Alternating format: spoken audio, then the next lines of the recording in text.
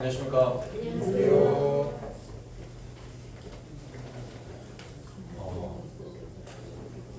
인간의 역사상 두 번째로 많은 생명을 구한 게 있습니다. 그게 뭐냐면 사람들이 흔히 항생제라고 불리는 이야기. 정말 많은 생명을 구했다고 합니다. 사실 발견된 지는 한 70여 년 정도밖에 안 됐는데 수천만 명을 살린 약이라고들 하죠.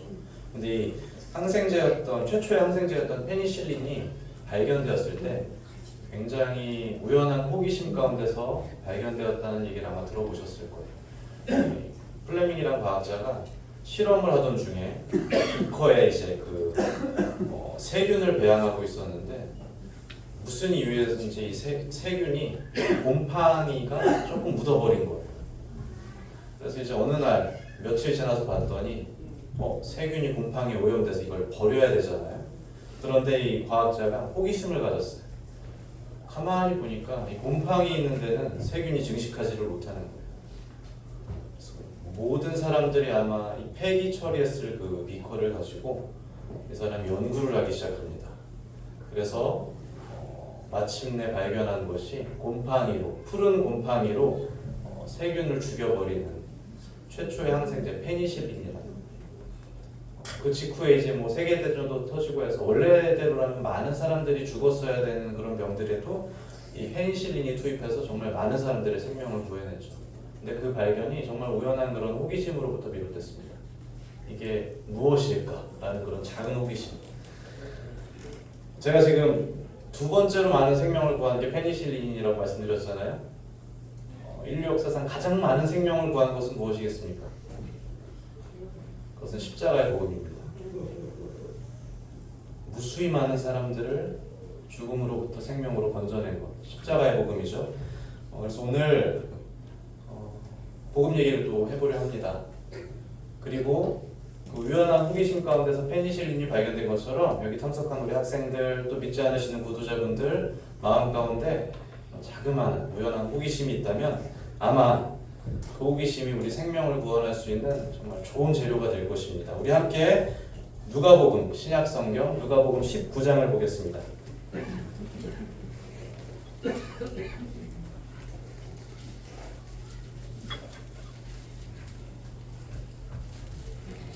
우리 신약성경 누가복음 19장 1절입니다.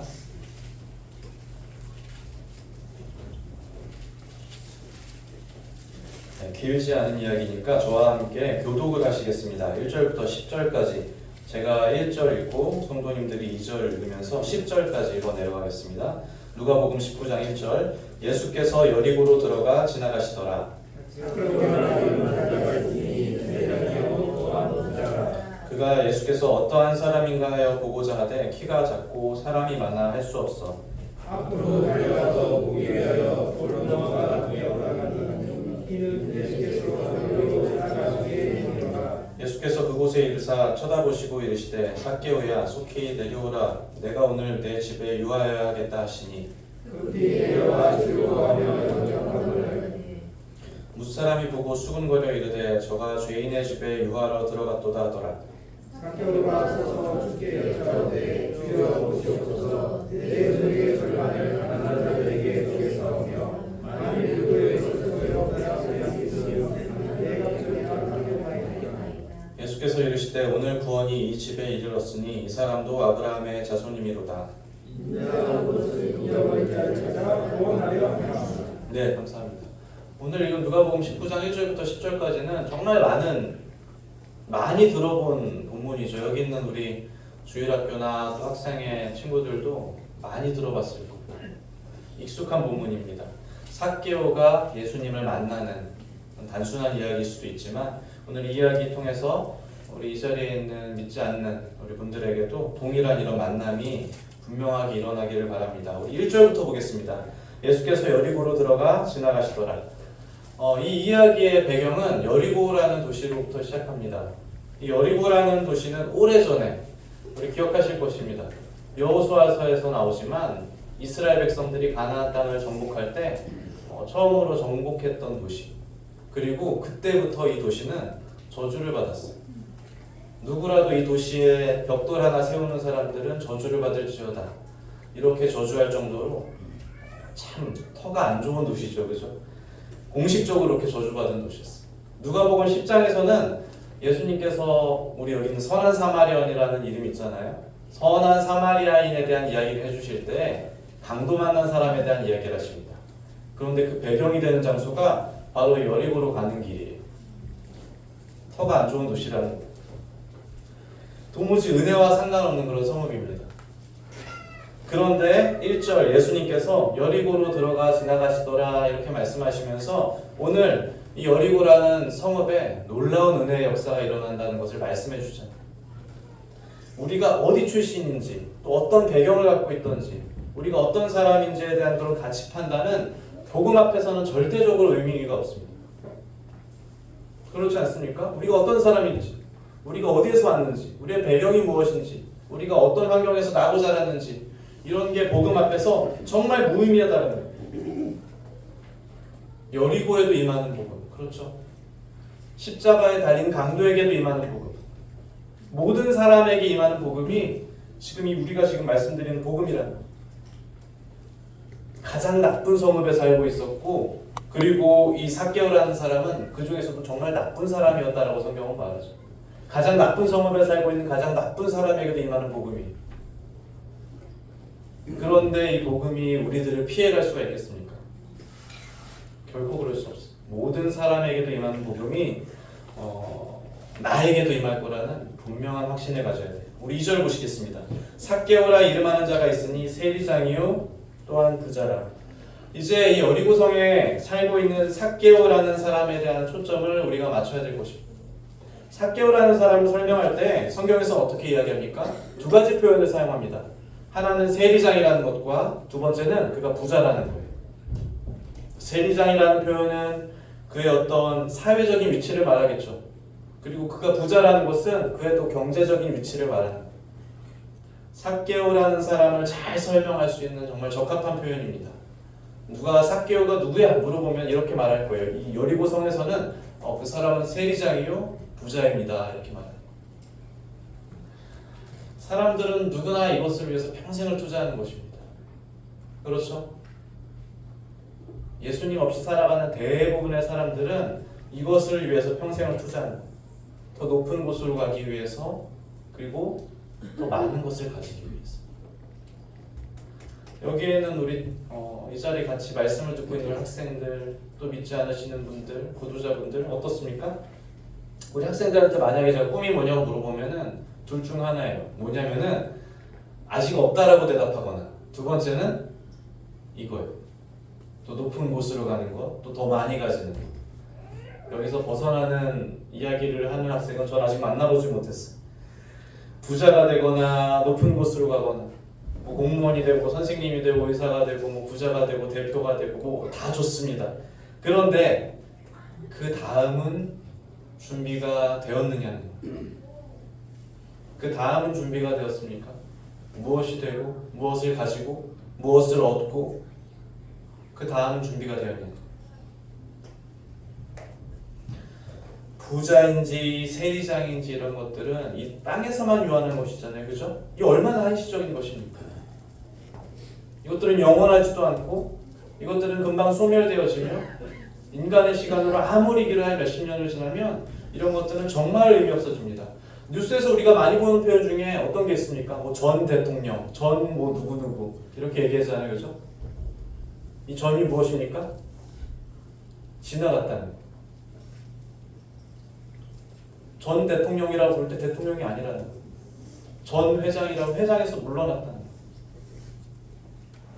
그렇게 금방금방 지나가요. 이 땅에서 만나게 되는 모든 것들은 그 전이라는 이름을 가지게 될 것입니다. 하나도 남김없이. 여러분들이 무엇을 취하든지 어떤 것을 가지든지 어떤 위치에 있든지 그 모든 것들은 전으로 돌아갈 거예요. 정말로 유한하고 정말 한시적이라는 거예요.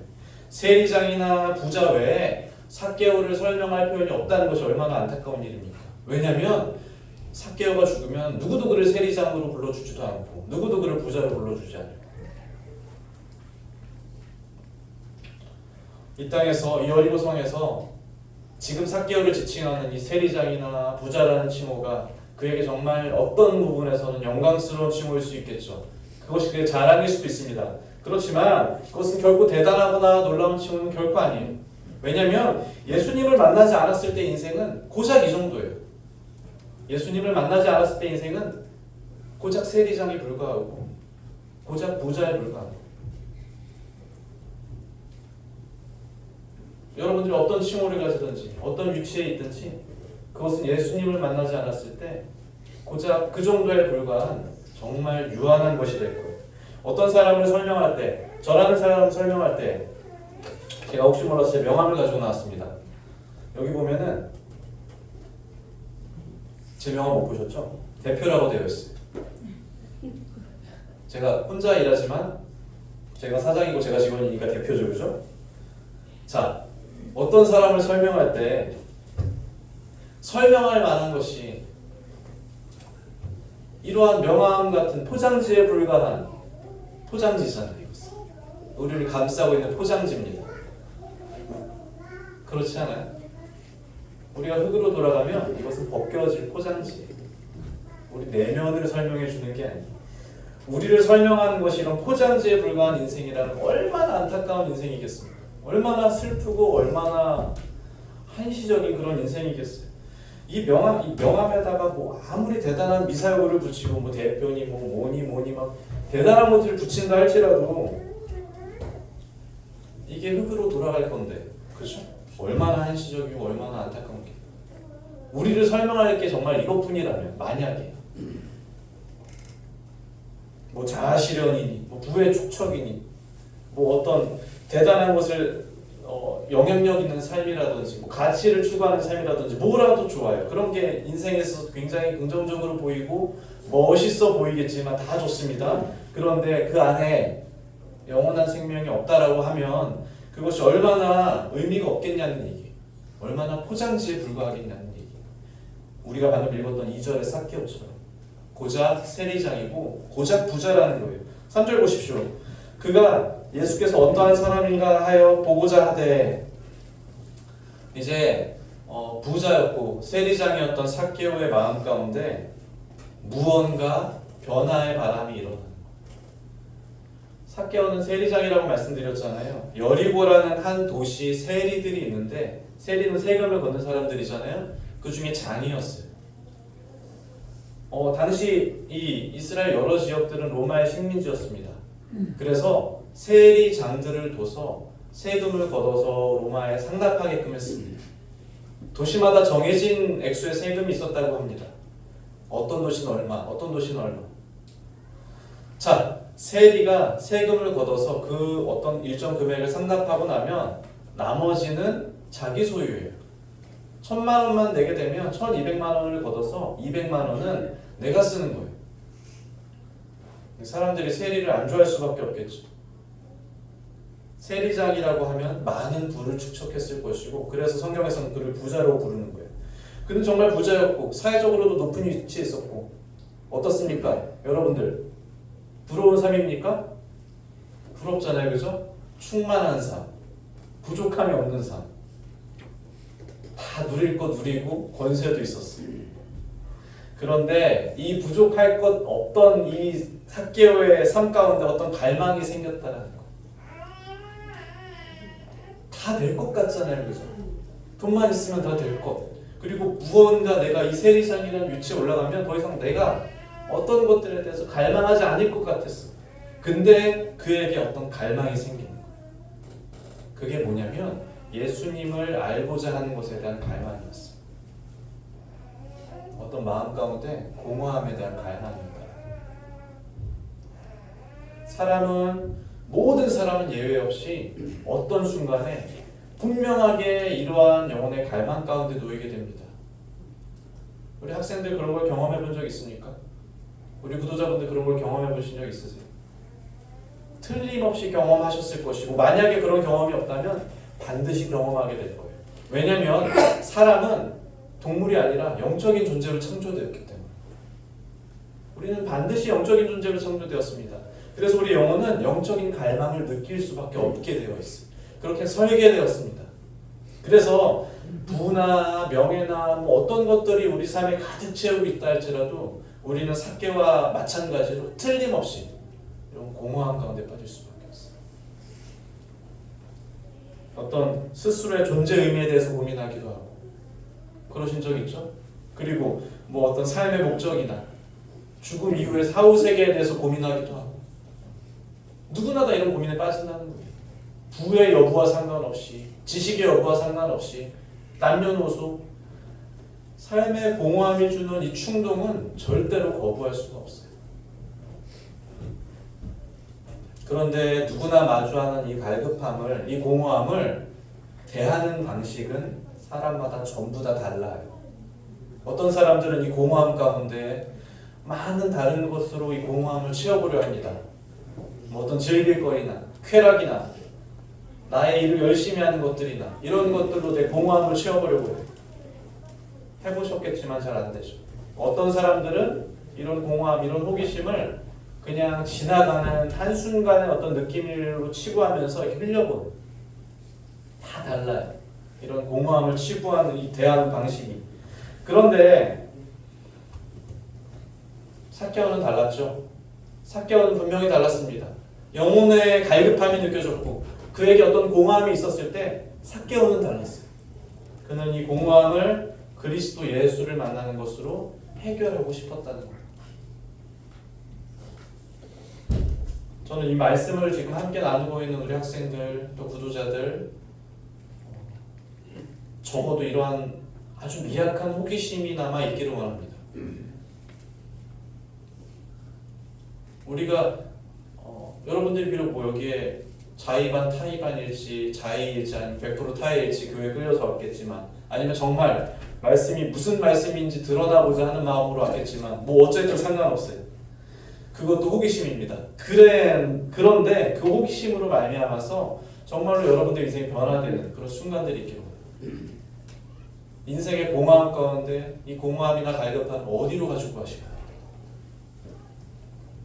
오늘날 많은 다른 사람들과 다르게 이 삭개오는 자신의 공허함을 그리스도 예수께로 가지고 나왔습니다.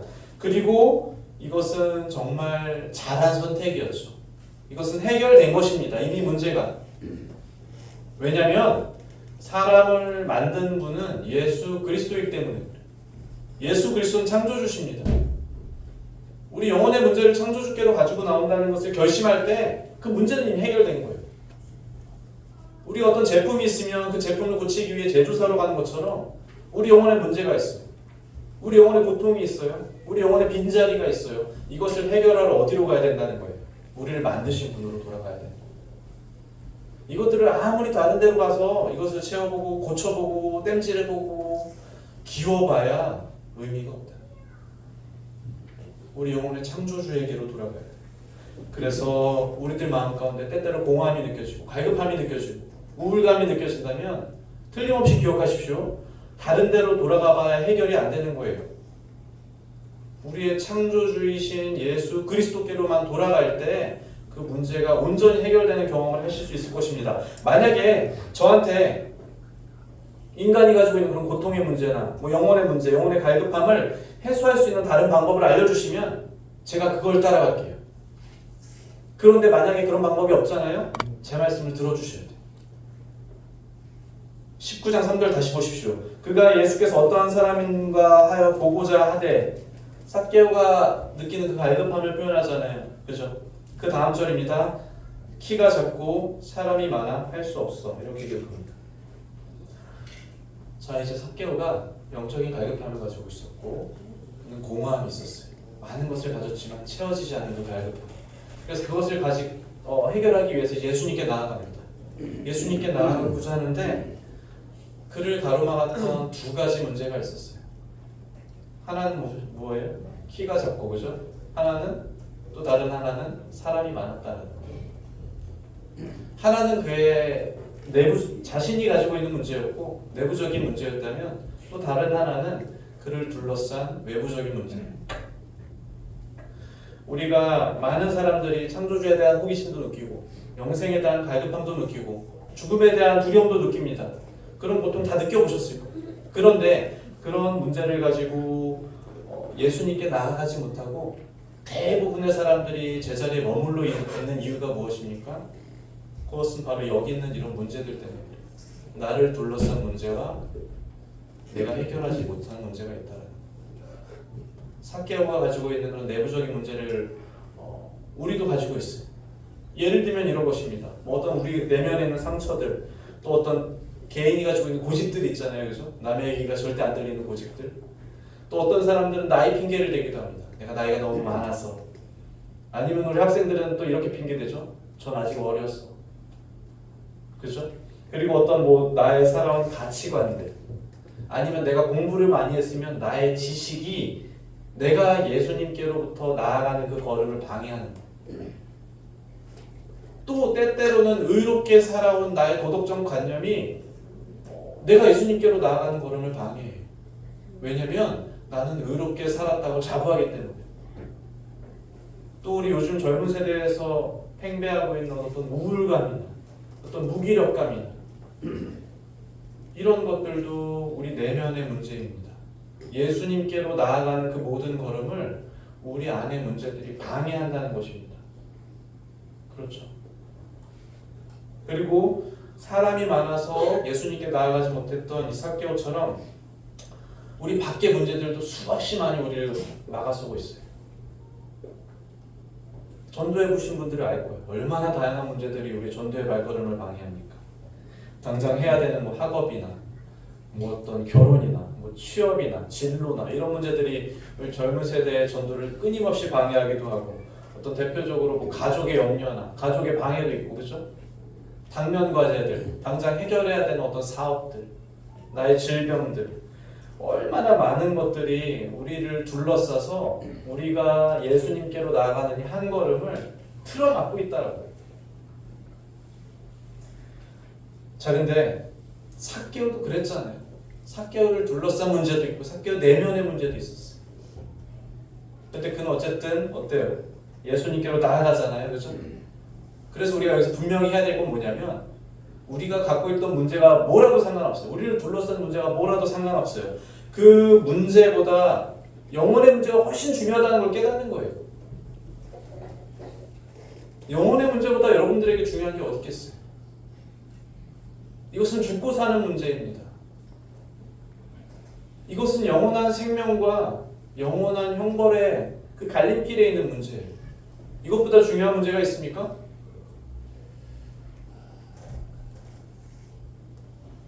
우리를 착각하게 만드는 여러 가지 문제들이 있어요. 지금 이게 더 급할 것 같은데, 지금 이게 더 중요할 것 같은데.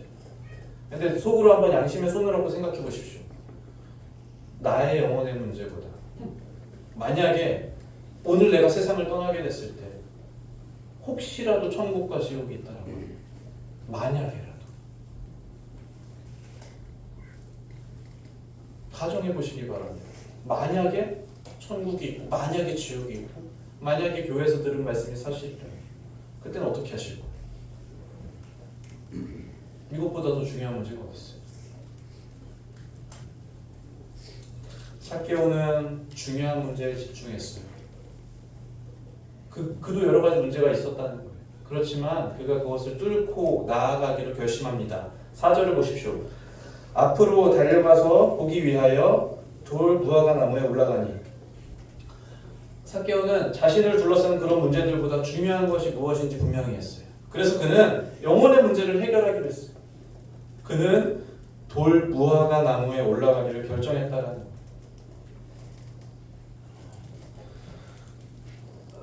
구원에 대한, 지금 복음에 대한 설교를 드리는 중입니다. 많은 구독자들의 답답함이 사실은 이런 문제일 것입니다. 그래서 어떻게 구원받는데? 그래서 제가 무엇을 하면 되는데? 그래서 제가 어떻게 시작하면 됩니까? 가장 첫 번째 단계가 여기 있는 거예요. 그게 뭐냐면 예수님을 만나보기로 우선 결정하는 거예요. 그 말이 진실인지 거짓인지 나중에 판단하십시오. 그러나 예수님을 만나보기로 결정한 후에 판단하라는 거예요. 예수님의 말씀에 집중해 보기로 결정하는 거예요. 우선 예수님께 나의 문제를 가지고 나아오기로 결정하는 데서 거기서부터 시작됩니다. 이게 첫 번째 단계입니다. 삭개오가 예수님을 만나보기로 결단할 때 그를 둘러싼 문제들 가운데서도 그가 예수님을 찾기 위하여 나무에 올라갈 때 그때 비로소 이 기적의 역사, 은혜의 역사가 시작되는 거예요. 간단하죠, 그죠? 마치 여러분들이 지금 이 예배당 문을 열고 이 교회로 들어오셨잖아요. 맞습니까? 누가 던져놓은 거 아니잖아요, 그죠? 어쨌든 스스로 문을 열고 들어와서 앉았습니다. 그런 것과 그렇게 이 교회로 나오기를 결정하는 것처럼 하나님 말씀 들어보기로 무슨 말인지 드러나 보자 결정한 것처럼 삭개오가 그렇게 시작하는 것입니다. 드러나 보자. 구원은 나중에 알게 되겠지만 100% 하나님의 은혜로 이루어집니다. 우리가 구원받는 것은 사람의 노력이나 사람의 어떤 이 의지나 이런 것들이 개입할 여지가 전혀 없는 100% 하나님의 은혜예요. 그런데 그 은혜를 우리가 찾기로 결정해야 우리의 은혜가 되는 거잖아요. 그죠? 그 구원은 하나님의 은혜지만 우리가 그 은혜를 받기로 결정해야 그것이 우리가 되는 것처럼 우리의 역할이 분명히 있잖아요. 우리가 해야 되는 것, 그게 뭐냐면 예수님을 만나보기를 결정하는 거예요. 이 일이, 예수님을 만나보기를 결정하는 일이, 여러분들이 교회 문 열고 예배당으로 들어온 이 길이 어떤 사람들한테는 그냥 이렇게 문 열고 들어가는 것처럼 쉬운 길이겠지만 또 어떤 사람들에게는 이게 정말 고통의 시간이 될 수도 있어요. 삭개오한테도 이 걸음은 쉽지 않았을 것입니다. 그가 가지고 있는 사회적 위치도 있고 많은 사람들이 그를 비난하는 그 손가락질도 알고 있고 그런데 그가 주목받는 나무 위로 올라간다? 이건 그에게 쉽지 않은 결정이었을 거예요. 여러분들에게도 그런 일들이 있을 수 있습니다. 어떤 것들을 포기해야 되고 또 어떤 내면의 자존심을 내려놓아야 되고 그런 순간이 있으십니까? 예배당으로 나올 때, 교회로 올 때 하나님 말씀 듣기로 결정할 때 어떤 내가 가지고 있는 나의 고집을 조금 꺾어야 되고 분명히 있으실 거예요. 삭개오도 그랬고 여러분도 그럴 거예요. 우리가 예수님을 만나기로 결정한다는 것은 어떤 부분에서는 약간의 각오와 약간의 희생이 필요할 수도 있어요. 다 알고 있습니다. 그렇지만 우리가 틀림없이 기억하셔야 될 건 무엇이냐면 삭개오가 예수님을 얼마나 보고 싶어 했든지 상관없어요. 그런데 예수님이 삭개오를 보고 싶어 하셨던 거에 비하면 그게 아무것도 아니라는 거예요.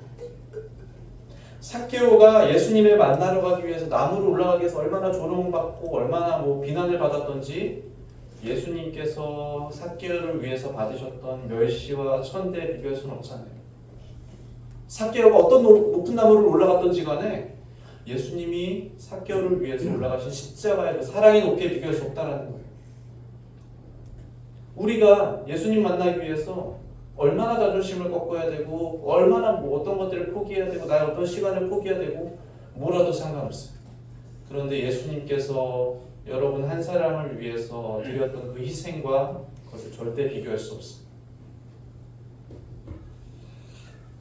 그런데 삭개오가 어쨌든 이렇게 결단할 때 여러분들이 결단할 때 예수님 만나볼까 하고 결정할 때 그분의 은혜와 이 각오가 저울에 잴 수 없을 만큼 비교도 할 수 없을 만큼 우리의 각오와 우리의 결단은 정말 하찮은 거겠죠.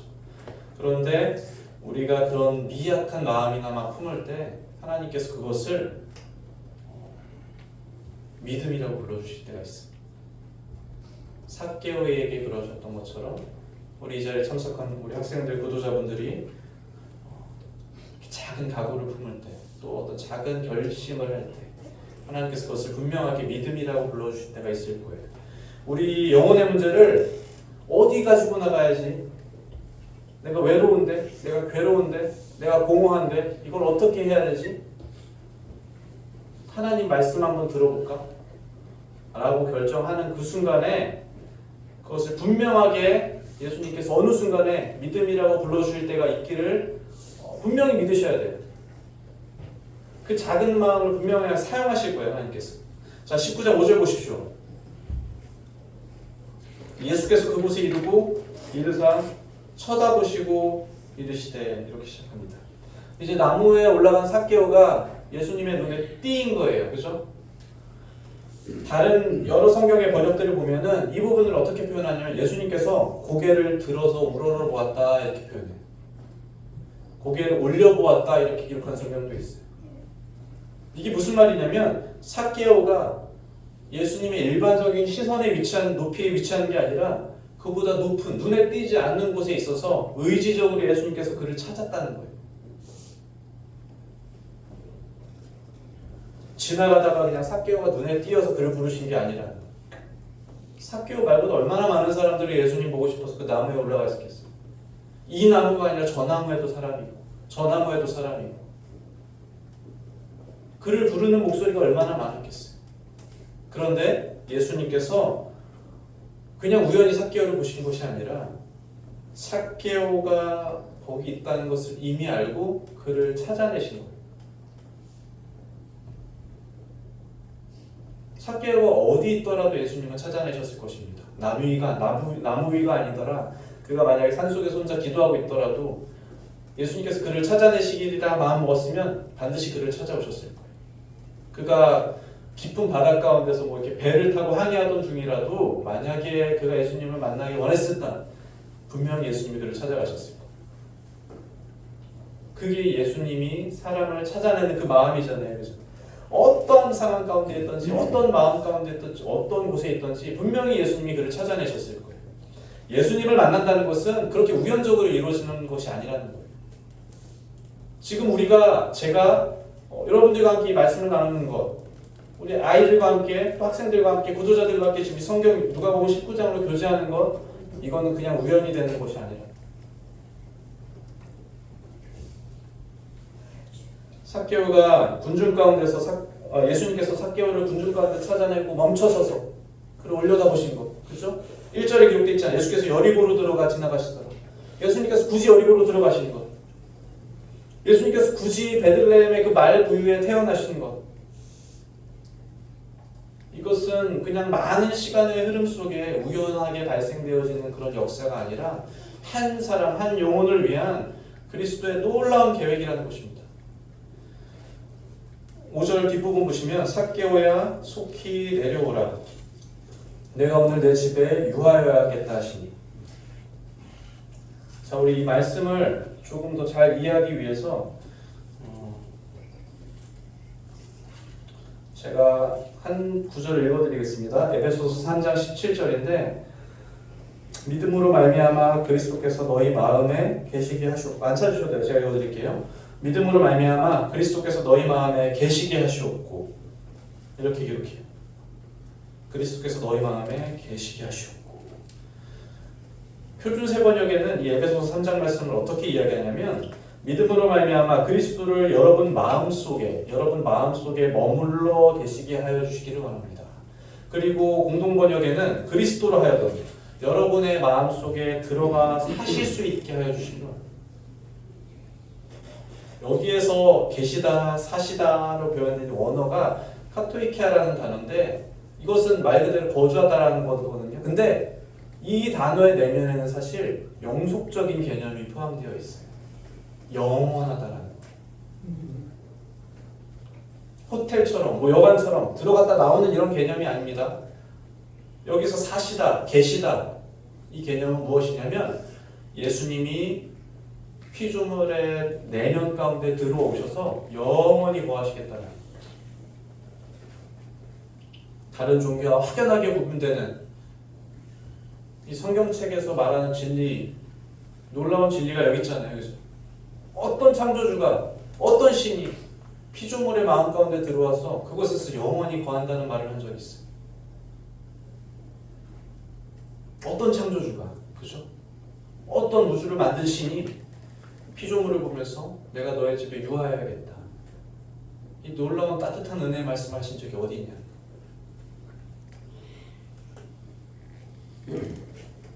예수님께서 삭개오의 집에 머물겠다는 말은 어떻습니까? 지금 우리가 들어도 놀랍지만 삭개오가 들었을 때 얼마나 놀라운 이야기겠어요. 위대한 초청이잖아요. 이것보다 더 놀라운 초청이 우리에게 있는 거예요. 제가 말한 것처럼, 에베소서 말씀을 통해 드린 것처럼 창조주께서, 하나님께서 여러분들의 영혼 가운데, 여러분들의 마음 가운데 실제적으로 들어오길 원하시고 우리와 함께 거하길 원하신다는 것입니다. 이것이 구원받는다라고 말하는 그 내밀한 의미인 거예요. 19장 6절 보십시오. 예수님의 초청 가운데서 삭개오의 반응이 6절에 기록되어 있습니다. 급히 내려와 즐거워하며 영접하거늘. 급히 내려와서 즐거워하며 영접하거늘. 예수님을 만난 이 삭개오의 반응이 무엇입니까? 어떤 거죠? 그것은 즐거움입니다. 즐거움. 예수님을 믿는다는 것은 본질적으로 즐거움과 기쁨이라는 거예요. 이것은 뭐 엄청 무거운 짐을 지고 가는 어떤 고행을 하고는 뭐 우리에게 어떤 무게가 지어지는 그런 게 아니라 예수님을 만났을 때 본질적인 반응은 무엇이냐면 즐거움이에요. 기쁨이고 행복입니다. 예수님을 믿는 사람들, 그리스도인들이라고 부르잖아요. 우리 성도들을. 그리스도인들만이 가지는 특별한 이 재능이 있어요. 그게 뭐냐면 바로 이 기쁨이라는 거예요. 주변의 성도, 우리 학생들, 우리 구도자분들, 주변에 우리 성도님들 보십시오. 즐거워 보이잖아요? 만약에 안 그러면 좀 이상한 건데 즐거워 보이잖아요. 그죠? 그리스도인들만 죽음을 앞두고도 찬송과 감사의 예배를 드린다니까요. 그리스도인들만 장례식에서도 통곡하는 것이 아니라 오직 그리스도인들만 장례식에서도 그런 통곡이나 어떤 애통이 아니라 감사와 찬송의 예배가 있어요. 교회 장례식장 가보셨어요? 우리 학생들, 구도자분들? 나중에 한번 꼭 가보세요. 그리스도인들의 장례식에만 기쁨과 감사의 예배가 있어요. 얼마나 놀라운 일입니까? 저의 그 작은 어머니가 계신데 작은 어머니 아버지가 지지난달에 돌아가셨어요. 그래서 이제 저도 자매와 함께 장례식에 갔습니다. 근데 가는 길이었는데 제가 듣기로 작은 어머니만 그 집안에서 이제 혼자 구원을 받으셨거든요. 그래서 아버지가 이제 작은 어머니 아버지가 병원으로 돌아가셨는데 안타깝잖아요. 어떻게 위로를 해드려야 될까? 어떤 말씀을 드려야 될까? 고민하면서 갔어요.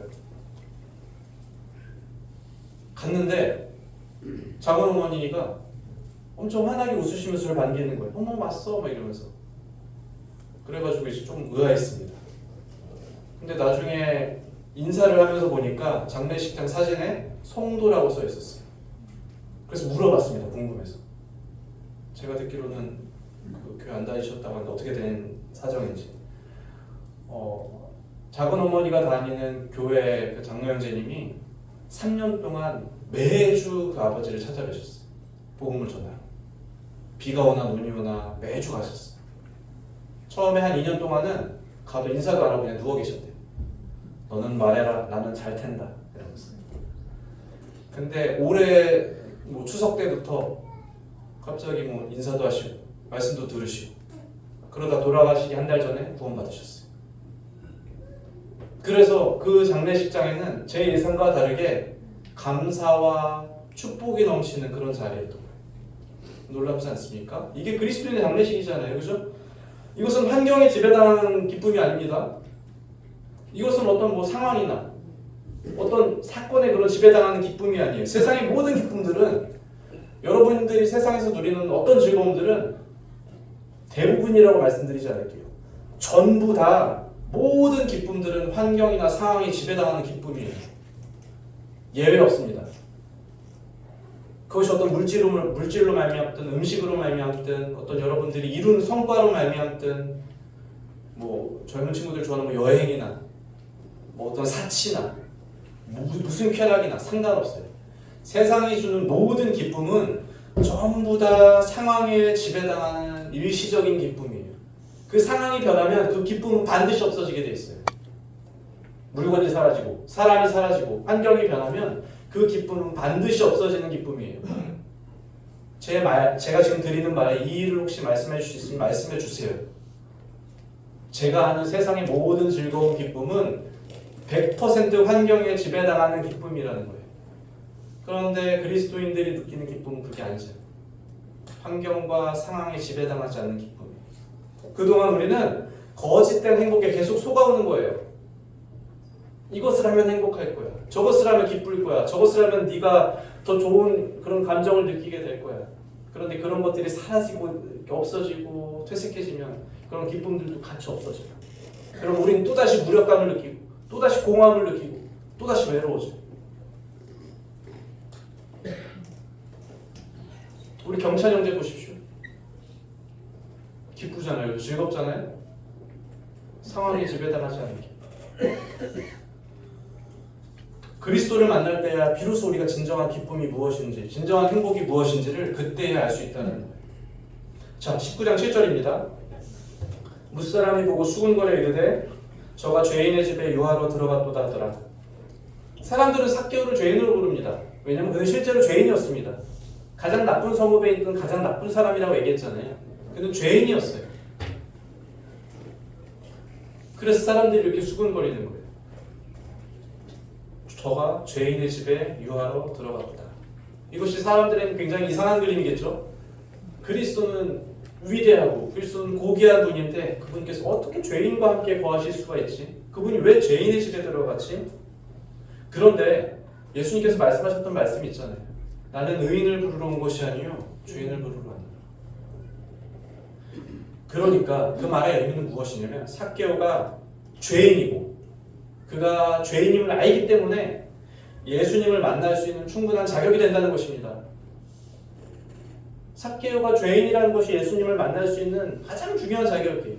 그가 자기가 죄인임을 깨닫았다는 것이 예수님을 만날 수 있는 정말 중요한 자격이라는 거예요. 자, 우리 앞에 있는 학생들, 구도자분들, 나는 정말 의인이다 라고 생각하면 손 들어보세요. 없잖아요, 그죠? 의인 아니잖아요. 그 말은 뭐냐면 우리는 누구라도 예수님을 만날 수 있는 충분한 자격이 있다. 여기는 모든 사람, 모든 분들 100% 예수님을 만날 수 있는 자격이 있어요. 왜냐하면 우리는 죄인이었기 때문에 그렇습니다. 우리는 구제받을 수 없는 죄인이었기 때문에 그래요. 우리는 이 죄로 인해서 괴로워할 수밖에 없는 인생이었기 때문에 우리는 예수님을 만날 수 있는 충분한 자격이 있는 거예요. 성경은 십자가의 복음에 대해서 로마서에서 이렇게 설명하는데 제가 읽어드릴게요. 로마서 5장 8절에 우리가 아직 죄인 되었을 때 이렇게 시작하는 말씀 잘 들어보셨을 거예요. 우리가 아직 죄인 되었을 때 그리스도께서 우리를 위하여 죽으심으로써 하나님께서 우리에 대한 자기의 사랑을 확증하셨느니라. 이게 십자가의 복음이잖아요. 우리가 아직 죄인 되었을 때 여러분이 죄인이기 때문에 이 말씀이 의미가 있는 거예요. 누구도 우리가 죄인임을 부정할 수 없는 것처럼 죄의 형벌도 죄의 대가도 우리는 부정할 수 없을 것입니다. 우리는 죄의 대가를 단 하나도 덜 수가 없는 사람인 것을 우리가 절대 부정할 수가 없잖아요. 그런데 그리스도께서 십자가에서 저와 여러분들 한 사람 한 사람을 위해서 그 죄의 대가를 대신 치르셨어요. 너무나 많이 들어서 익숙하지만 한번 되새겨보시기 바래요. 이게 십자가의 복음이라는 것입니다. 그리스도께서 십자가에서 우리가 아직 죄인 되었을 때 나를 위하여 죽으심으로써 여러분들을 위한 자신의 사랑을 확증하셨다는 것입니다. 이게 지금 말씀드리는 이 복음의 사실은 본질이죠.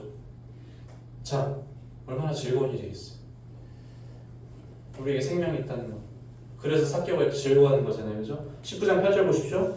삭개오가 서서 주께 여짜오되 주여 보시옵소서 내 소유의 절반을 가난한 자들에게 주겠사오며 만일 누구의 것을 속여 빼앗은 일이 있으면 내 갑절이나 갚겠나이다.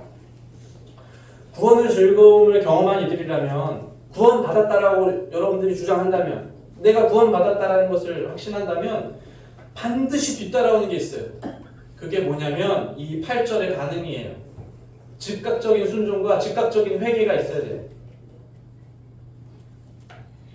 삭개오는 예수님을 영접한 그 즐거움에만 머무지 않았어요.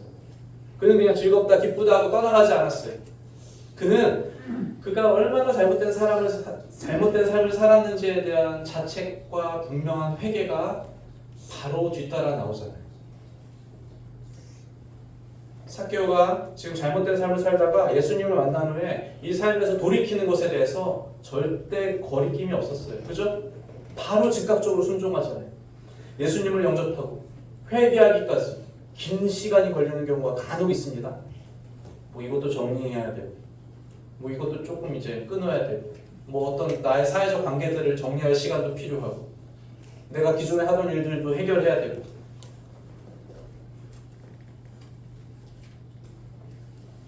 삭개오를 보십시오. 삭개오가 그것에 대한 분명한 답이 될 거예요. 예수님을 만났을 때 즉각적인 순종과 즉각적인 회개가 없다면 무언가 이상하다. 이렇게 기쁘고 이렇게 즐거운데 어떻게 즉각적인 순종과 즉각적인 회개가 없어요? 우리 삶에 여러 가지 잘못된 습관들이 있을 줄로 압니다. 또 내가 끊지 못하는 여러 가지 나쁜 습관들이 있을 줄로 알아요.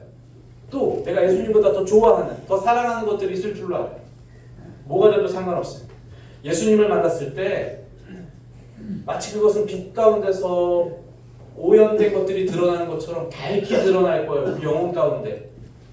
그러면 우리가 그것을 스스로 부끄러워서 견디지 못하는 그 상황이 분명히 오게 될 것입니다.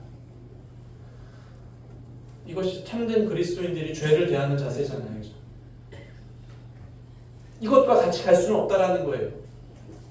이전에 내가 행하던 죄와 이전에 내가 행하던 그런 잘못된 것들과 그리스도를 동시에 섬길 수 없다는 거예요. 명심해야 돼요. 그리스도께서 사랑하신 것은 죄인이잖아요. 그죠? 그렇지만 그리스도께서 사랑하신 것은 죄가 아니에요. 분명히 기억하세요, 우리 친구들. 예수님께서 여러분들을 위해 돌아가셨지. 그죠? 여러분들이 계속 죄를 지으라고 돌아가시진 않으셨어요. 그리스도께서는 죄인을 위해서 오셨지만 죄를 위해서 오시진 않으셨어요. 삭개오도 그랬어요. 삭개오도 예수님 앞에 섰을 때 자신이 해왔던 모든 것들, 잘못된 것들이 부끄러웠어요. 견디기 힘들었다는 거예요. 그래서 그것들을 단숨에 수정하고 단숨에 고치려고 지금 이런 고백과 이 회개의 목소리를 내는 것입니다. 누가복음에서 보는 것처럼 회개와 구원은 동시단적으로 일어나는 사건입니다. 회개와 구원, 순종과 구원은 동시적으로 일어나는 사건입니다. 이것을 구별해서 우리가 설명할 수는 없어요. 19장 9절입니다. 예수께서 이르시되 오늘 말씀을 이제 정리하겠습니다. 예수께서 이르시되 오늘 구원이 이 집에 이르렀으니 이 사람도 아브라함의 자손이미로다. 예수님께서 도장을 찍어주시잖아요. 확정해 주십니다. 삭개오의 구원에 대해서 오늘 구원이 이 집에 이르렀으니, 그러면서 잘 보십시오. 삭개오에 대해서 어떻게 표현하는지. 이 사람도 뭐라고 말합니까? 아브라함의 자손이미로다. 이것은 어떤 혈통적인 자손을 이야기하는 것이 아닙니다. 물론 그가 혈통적으로 아브라함의 자손이죠. 그러나 예수님께서 말씀하시는 아브라함의 자손임이라는 것이 어떤 족보를 얘기하는 게 아니에요. 이것은 무엇이냐면 갈라디아서 3장 7절을 제가 인용하겠습니다. 그런즉 믿음으로 말미암은 자들은 아브라함의 자손인 줄 알지어다. 믿음으로 말미암은 자들은 아브라함의 자손임을 알지어다. 예수님께서 아브라함의 자손이라고 삭개오를 선언하시는 까닭이 무엇입니까? 그것은 삭개오가 믿음으로 말미암았다는 것을 확증하시는 거예요. 삭개오가 우리 보셨을 때 2절에서 삭개오를 설명하는 단어는 무엇이었습니까? 2절에서 삭개오를 나타내는 단어, 껍데기뿐인 단어, 그는 세리장이요 부자였어요. 근데 더 이상 그는 세리장이요 부자로서 불려지지 않아요. 이제 모든 사람들이 삭개오를 부를 때, 오늘날 우리 성도님들, 후대에 이 성경을 보는 사람들이 삭개오를 부를 때 어떻게 부릅니까? 그를 아브라함의 자손으로 인정합니다. 그를 믿음으로 말미암은 사람으로 인정해요. 그를 구원받은 사람으로 우리가 본다는 거예요. 놀랍지 않습니까? 껍데기에 불과한 그런 명함만 들고 다니던 그가 나는 세리장이요, 나는 부자예요, 죽어서 없어질 그 이름을 들고 다니던 그가 이제 영원히 기록될 이 이름을 가졌다.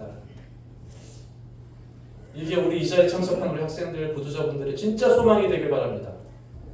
껍데기에 불과한 그런 인생을 위해서 열심히 투자하는 것이 아니라 진짜 영원한 것, 성도로 불려주고 그리스도인으로 불려주고 하나님의 자녀로 불려지는 것, 이것보다 중요한 게 없어요. 삭개오가 이제 구원받았어요. 그죠? 그가 천국에 있겠죠. 이것은 확신합니다. 예수님께서 벌써 인정하셨어요. 삭개오는 구원받았고 천국에 갔습니다. 자, 이제 우리에게 질문해 봐야 되죠. 여러분은 어떻습니까? 우리 이 자리에 참석한 학생들, 또 학생이 아니라도 구도자분들 어떻습니까? 우리는 어떨 것 같냐는 거예요. 10절을 우리 한번 같이 읽어보겠습니다. 이 삭개오의 본문의 마지막에 기록된 10절인데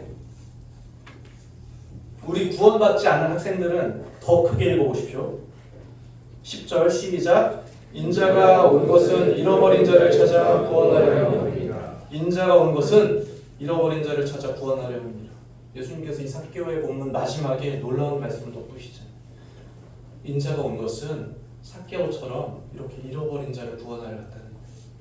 그 잃어버린 자가 분명히 여러분 한 사람이라는 사실을 마음속에 깊이 깨달으시길 바래요. 내가 그 잃어버린 자예요. 내가 그 예수님께서 찾으시는 사람이다. 제가 말씀을 마치는데 이 말씀 듣고 복음에 대해 더 교제하고 싶으신 분들, 상담 원하시는 분들 분명히 말씀해 주시기 바래요. 우리 선생님이나 우리 장로 형제님들 또 인도한 가족분들에게 오늘 말씀해 주십시오. 내일 그런 거 없어요. 다음에 누구도 확신할 수 없어요. 우리 마음속에 갈급함이 있을 때, 공허함이 있을 때, 또 한번 들어볼까? 이런 떨림이 있을 때 그 기회 틀림없이 잡으시기 바랍니다. 이 영혼의 문제보다 더 중요한 문제는 없다고 제가 분명히 말씀드렸습니다. 말씀 끝나고 우리 선생님이나 장로 형제님이나 가족분들에게 상담 원하시면 분명히 말씀해 주세요. 기도하고 마치겠습니다.